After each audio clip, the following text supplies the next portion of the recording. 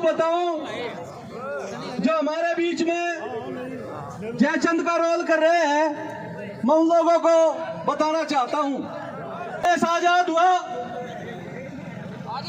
और भारत के संविधान को लिखेगा बहुत बड़े विद्वान थे डॉक्टर भीमराव अंबेडकर।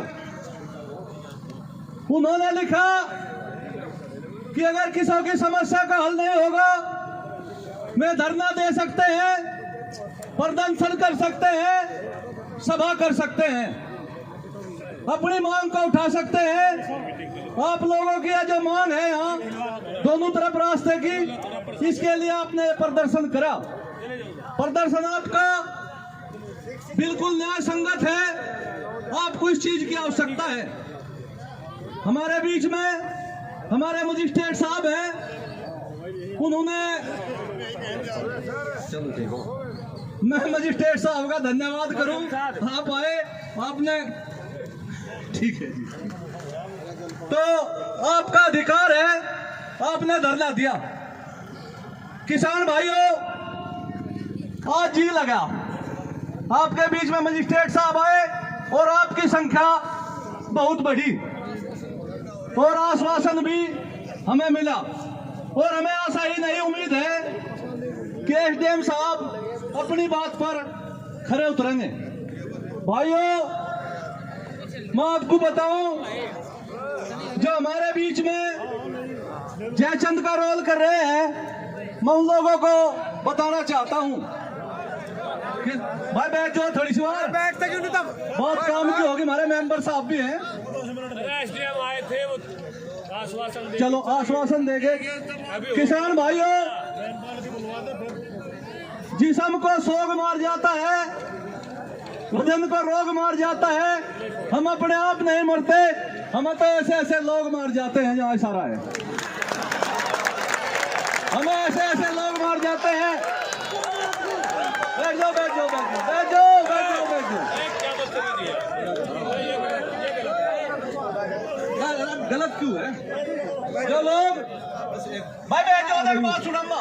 भरा नहीं जो भाव से, भाई सुनो, भरा नहीं जो भाव से, बहती जिसमें रसधार नहीं, वह हृदय नहीं, वह पत्थर है जिस किसान को इस धरने से प्यार नहीं।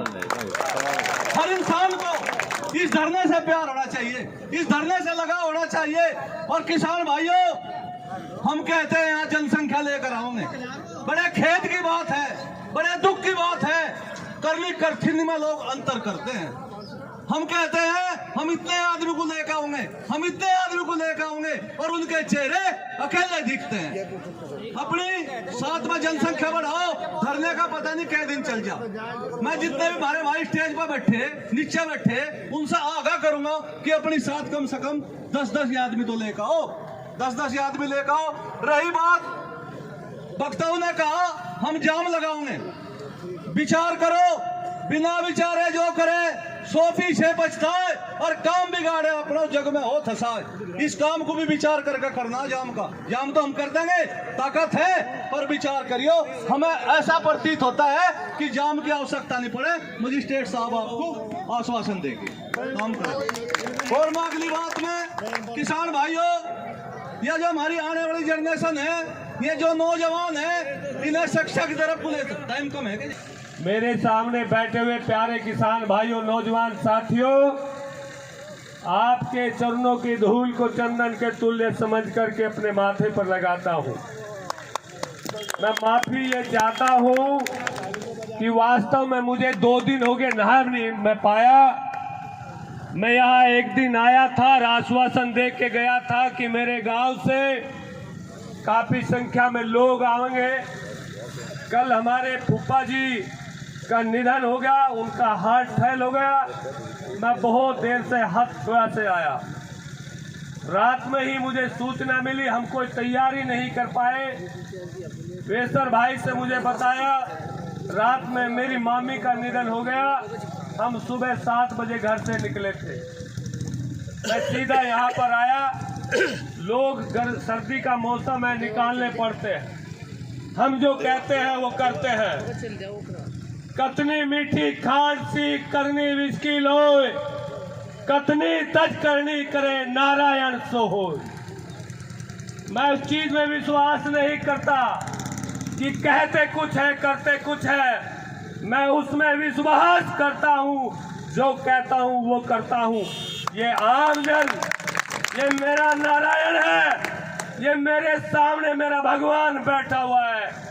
मैं इसकी खिदमत करता हूँ, इसकी इबादत करता हूँ, इसकी पूजा अर्चना करता हूँ, इसको साक्षी मान करके मैं जीवन में काम करता हूँ, इसके कल्याण के लिए काम करता हूँ, इसकी सेवा के लिए काम करता हूँ।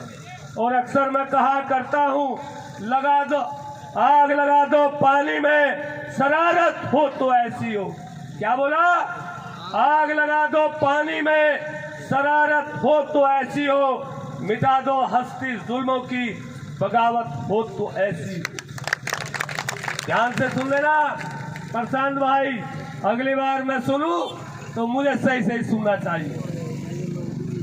ऐ परिंदे जमीन पर बैठ करके क्यों आसमां देखता है?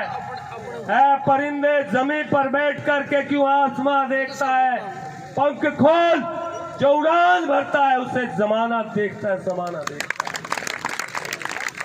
17 दिन की आपके संघर्ष की बदौलत आज बड़ी तादाद में यहां लोग आए और मुझे कई तरह से खुशी हो रही है। कई हमारे नौजवान साथी मंच पर बोल रहे हैं, मेरा हृदय प्रफुल्लित होता है उन्हें देख करके। मेरे समाज के लोग भी अब बोलना सीख गए हैं। मेरे नौजवान साथी, मेरे समाज के लोग भी अपने उन भाइयों से प्रेरणा लेकर के इस क्षेत्र में भी धरना देने की अगुवाई करने लगे हैं। मुझे देख करके ये खुशी होती है। निश्चित रूप से हमें पूरा विश्वास है एसडीएम साहब पर, जो आश्वासन दे के गए कि कल एनएचआई के लोगों से मीटिंग होगी और पूरी मजबूती से आपका पक्ष रखा जाएगा।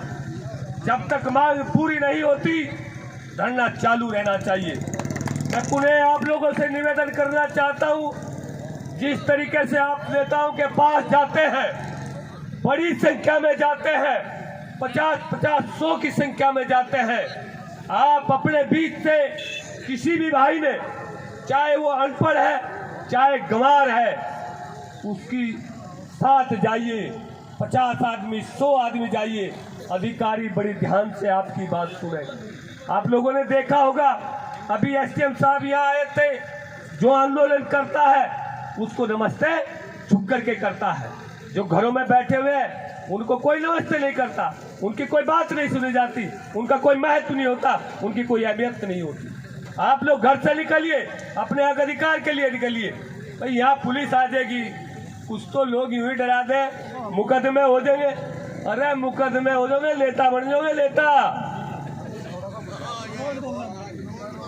100 तेरहवीं करने से एक धरना कर ले, 100 धरनों से एक बार जेल में चला जाए, आदमी को वो पॉपुलरिटी मिलती है, वो ख्याति मिलती है।